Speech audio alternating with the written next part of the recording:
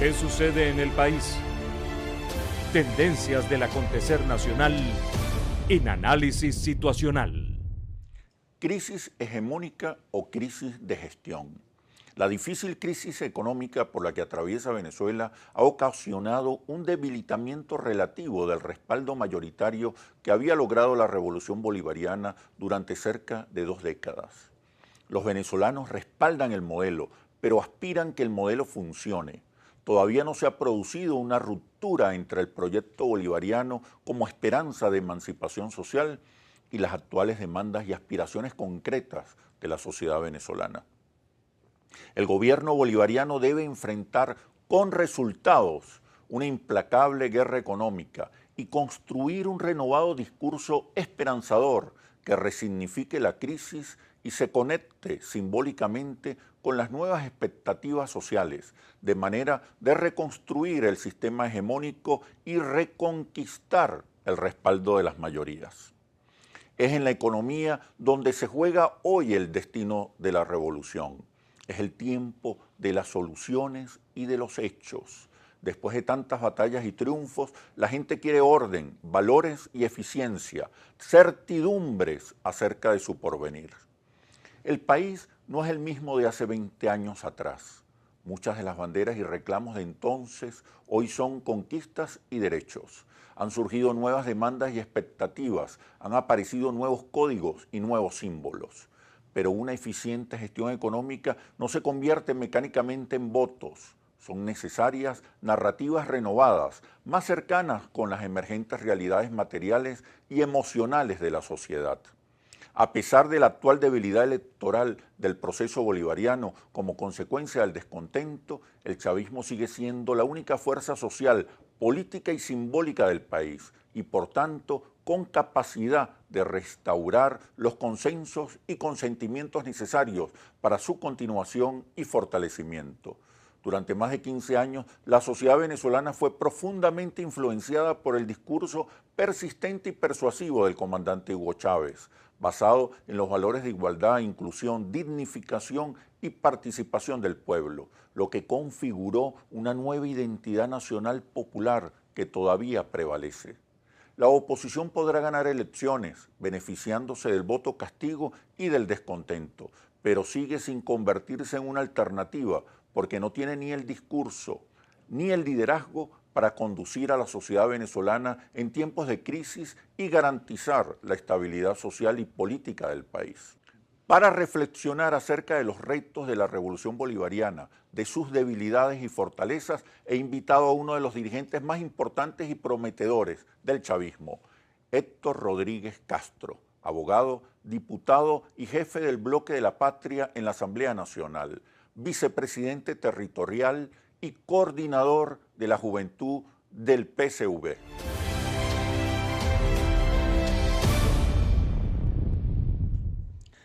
Héctor, bienvenido, ¿cómo estás? Gracias, Chemel. Muy bien, gracias por la invitación. 77% de los venezolanos están en desacuerdo con la tesis del abandono de cargo del presidente Nicolás Maduro. 54% piensa que el gobierno de Nicolás Maduro, del presidente Maduro, se ha fortalecido después de un año de la oposición como mayoría en el Parlamento y de una victoria electoral importante. ¿Tú no crees que ya llegó el momento de que ustedes inviten a la Mesa de la Unidad Democrática a formar parte del gran polo patriótico por su invalorable contribución al fortalecimiento de la revolución? Bueno, parece un chiste. Sí, pero es buena la ironía para el análisis, ¿no? Yo creo que tendremos que estudiar con paciencia y con calma los errores cometidos por la oposición para aprender de lo que no se debe hacer en política. Indiscutiblemente, el inicio del año 2016 se veía como un año de fácil correr para la oposición y de mucha dificultad para el chavismo. Indiscutiblemente fue un año difícil para el chavismo, tal vez uno de los años más difíciles. Bueno, veníamos de una derrota electoral, de una situación económica compleja, políticamente compleja. Sin embargo, creo que apostar, como hizo el presidente Nicolás Maduro, como hizo las fuerzas revolucionarias, al diálogo, a la lealtad al proyecto, al comandante Chávez, a las misiones y a proteger al pueblo, fue una táctica correcta. Pero, ¿tú no crees que la crisis económica ha afectado la hegemonía?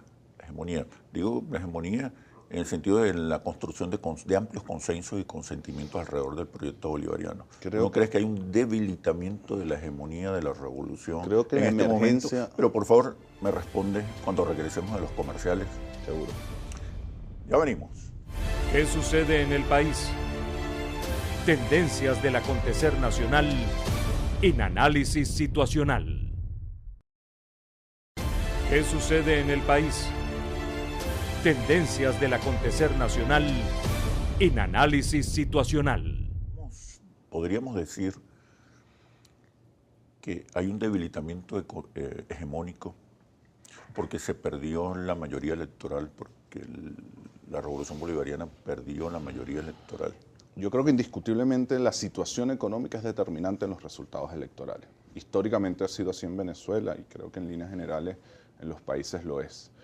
¿Significa esa derrota electoral del 2016, del 2015, una ruptura en el proceso hegemónico? Creo que no.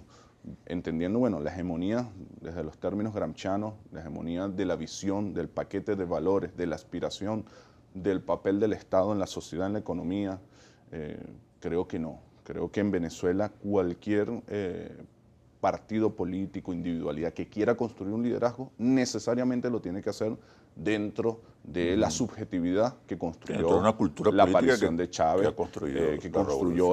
que tiene que ver con el Estado Social de Derecho y de Justicia, que tiene que ver con el acceso a las misiones, que tiene que ver con la intervención del Estado en la economía. Ahora, eso no niega que las situaciones concretas, materiales y subjetivas, que genera la situación de emergencia económica, producto, bueno, de la baja de los ingresos petroleros, de la guerra económica, de los errores que cometa quien está gobernando, generan un impacto inmediato en el resultado electoral. Sí, indiscutiblemente. La sociedad venezolana, bueno, como tú sabes, está polarizada entre un sector radicalmente chavista, un sector radicalmente opositor, y luego un sector, una amalgama que tiende a ser más práctica desde el punto de vista de los resultados concretos. Si hoy no me está yendo bien, bueno, eso inclina a favor o en contra. ¿Tú no crees que hay un proceso de despolarización?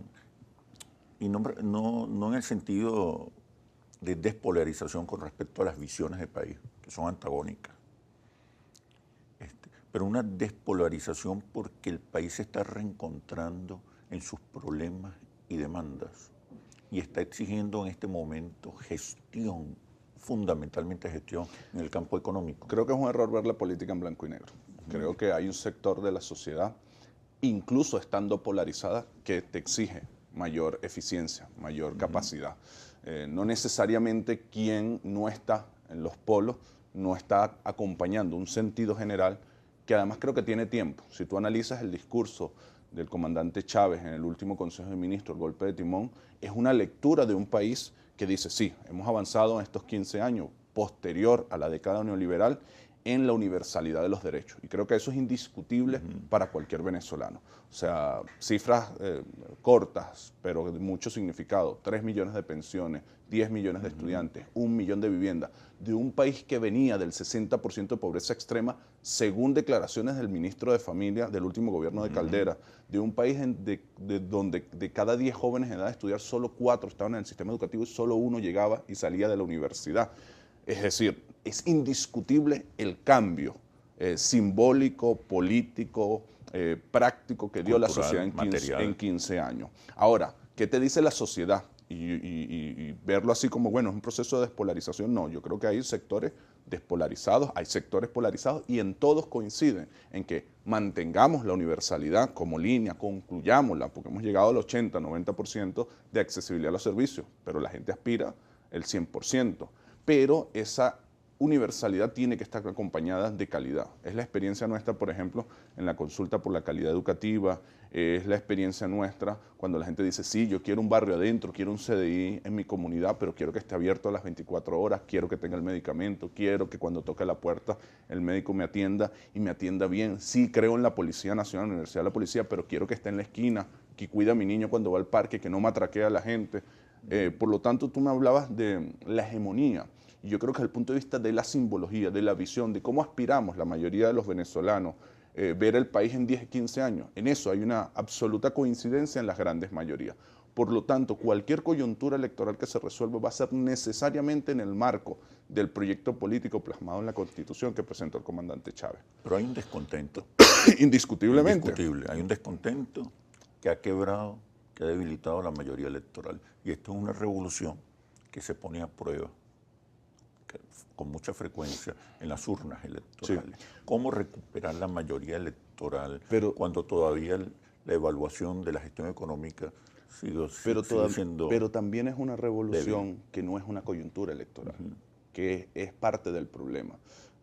Hablábamos de los errores de la oposición. La oposición a veces siente que ganar o perder una elección determina el proyecto político. No, las revoluciones aspiran a transformar históricamente y va a tener coyuntura. Algunas elecciones las ganaremos, otras las perderemos, pero no puedes negar la fuerza política que significa el chavismo, la revolución. Indiscutiblemente el chavismo fue sometido durante el 2016 a su tiempo más difícil. Y un año después, creo que sirios y troyanos deben reconocer que el chavismo sale fortalecido de su momento más difícil y la oposición debilitada de su momento de mayor gloria, de mayor fortaleza, de mayor posibilidad. Así que eso te demuestra que más allá de una coyuntura electoral de la que yo estoy seguro, que de esa derrota del 2015 nosotros nos vamos a recuperar. Con varias líneas. Primero, asumiendo las responsabilidades. Esa derrota nos permitió a nosotros, a los chavistas, al presidente Nicolás Maduro, entrar en un profundo diálogo con nuestras fuerzas. ¿Qué hemos hecho bien, pero ya se agotó? Es momento de cambiarlo. ¿Qué debemos fortalecer?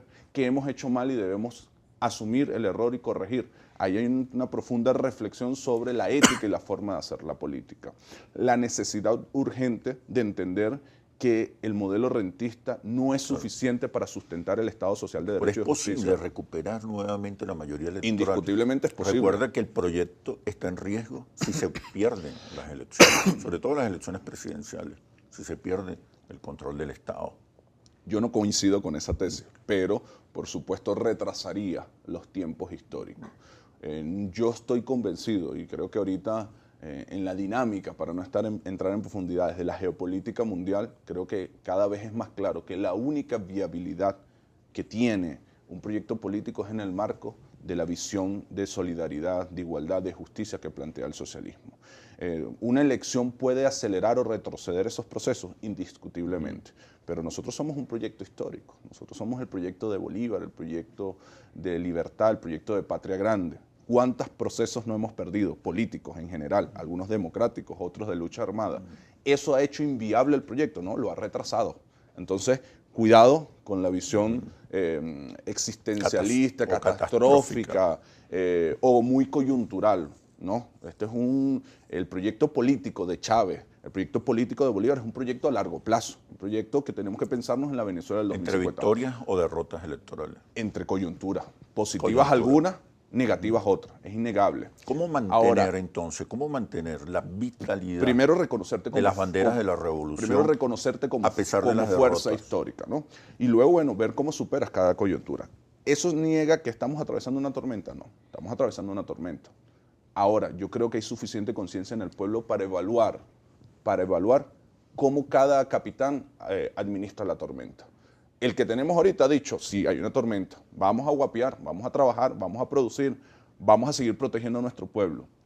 Quienes lo confrontan, que además ejercen gobierno, y esto es importante, por ejemplo, el incapaz que tenemos de gobernador en el estado Miranda tiene 16 años gobernando, 8 como alcalde y 8 como gobernador, que han sido una de las principales figuras contrincantes a la revolución. Bueno, en 16 años, ¿qué tienes para mostrar? Dame una vitrina, una, en educación, en salud, en seguridad. Más bien pasamos de 5.000 policías a 900, es el estado más inseguro, con mayor secuestro, con mayor cantidad de asesinatos. Entonces yo confío primero en la razón histórica de nuestro proyecto. Segundo, en que en cualquier circunstancia, sea positiva, petróleo a 100, economía productiva, paz y diálogo, nosotros vamos a apostar a proteger al pueblo. En una coyuntura muy difícil, el petróleo nos bajó, como bajó el año pasado, venimos de una derrota electoral, nosotros vamos a apostar a proteger al pueblo. No importa cuál sea la coyuntura. La oposición está insistiendo casi obsesivamente en la realización de elecciones. Y tiene que haber incluso elecciones. Elecciones generales. Se está se está apresurando en los tiempos. Ahora, eso no es un discurso nuevo. Sí. Si tú revisas las declaraciones de los últimos 16 años... ¿Qué juega las elecciones en el proceso revolucionario? Las elecciones, creo yo, unas elecciones en este momento, sin acuerdos, sin negociaciones previas, lo que podría ocasionar es una mayor polarización, una mayor confrontación, una mayor inestabilidad social y política. La respuesta, por favor, después de los comerciales. Ya venimos. ¿Qué sucede en el país? Tendencias del acontecer nacional en Análisis Situacional. ¿Qué sucede en el país? Tendencias del acontecer nacional en Análisis Situacional. Conflictos similares, conflictos antagónicos similares en otros países han sido resueltos a través del diálogo y la negociación. Las elecciones siempre han sido el capítulo final de los acuerdos. Una vez que obtienes garantías, acuerdos, un programa compartido, es que se convocan elecciones. ¿Tú no crees que una convocatoria a elecciones en este momento podría ahondar la crisis? Hay un cronograma electoral en desarrollo, ¿no? Hay elecciones de gobernadores, de alcaldes, hay un proceso de relegitimación de los partidos de oposición que está pendiente. La Constitución plantea elecciones presidenciales para el próximo año y seguramente esas elecciones las llevaremos adelante, algunas perderemos, otras ganaremos y el conflicto seguirá existiendo. Porque en Venezuela hay dos visiones radicalmente opuestas entre quienes defienden el Estado mínimo, el proceso de privatización y quienes defendemos el Estado social de derecho y de justicia. Es decir, en todo ese camino vamos a tener que dialogar. ¿Cómo te imaginas el chavismo en la oposición? No me lo imagino en la oposición. Estoy trabajando. Porque lo estás planteando de alguna manera. No, nosotros hemos perdido elecciones. Nosotros perdimos las elecciones de gobernadores, perdimos las elecciones de la Asamblea Nacional. Ahora, el chavismo es... No hay la amenaza de la persecución, del intento de exterminio. La izquierda siempre ha tenido la amenaza de la persecución, porque la derecha persigue por naturaleza. La derecha nos persigue siendo oposición. ¿O es que acaso no nos mataron a Robert Serra? ¿O es que acaso no nos han matado no sé cuántos dirigentes campesinos? ¿O es que acaso si un dirigente del chavismo va a un sector, a un centro comercial, donde la población sea o no sea mayoritariamente opositora, lo persiguen solamente porque piensa distinto? Es una característica de la derecha histórica la persecución, el fascismo, el terrorismo. Y la izquierda, no porque esté ejerciendo el gobierno en este momento, ha dejado de comprender y de entender eso y de actuar en consecuencia. Ante eso, ¿qué hacemos? Apostar al diálogo, apostar a la paz. Nosotros cuando nos planteamos una revolución, la planteamos incluso por aquellas personas que no nos acompañan. Porque aquella persona que nunca tuvo derecho a la pensión, así vote distinto a nosotros, también tenga un derecho a la pensión porque sus hijos tengan escuelas, tengan canaima. ¿Le conviene al país ir a las elecciones sin antes haber llegado a acuerdos y negociaciones? Le conviene al país una democracia profunda, le conviene al país una democracia protagónica, participativa, que va mucho más allá de las elecciones. La vía, la ruta que yo me imagino para los próximos 15, 20, 30 años, va más allá de una coyuntura electoral. Pasa por un país que se encuentra en un diálogo profundo, que siempre va a tener diferencias, que siempre va a tener debate. Una importancia fundamental a los discursos, a los relatos, a las narrativas, a los símbolos, a los nuevos códigos, a las nuevas respuestas para las nuevas preguntas. ¿Qué está haciendo la revolución para renovar, actualizar, fortalecer su discurso? Primero, encontrándose con la realidad. Todos los ejercicios que estamos planteando desde el gobierno de calle, desde el Congreso de la Patria, son primero de profunda reflexión. Sí, reconozcamos lo que hemos logrado, no lo vamos a dar de reconocer. El proceso de universalidad de la educación, de las pensiones, de las viviendas, es algo de los que nos sentimos orgullosos y los que vamos a defender. No vamos a retroceder ni un centímetro. Cuando nos hablan a veces, no, hay una emergencia, toma medidas, las medidas siempre son las que están aplicando en Argentina, en Brasil, las que aplicaron aquí en los 90.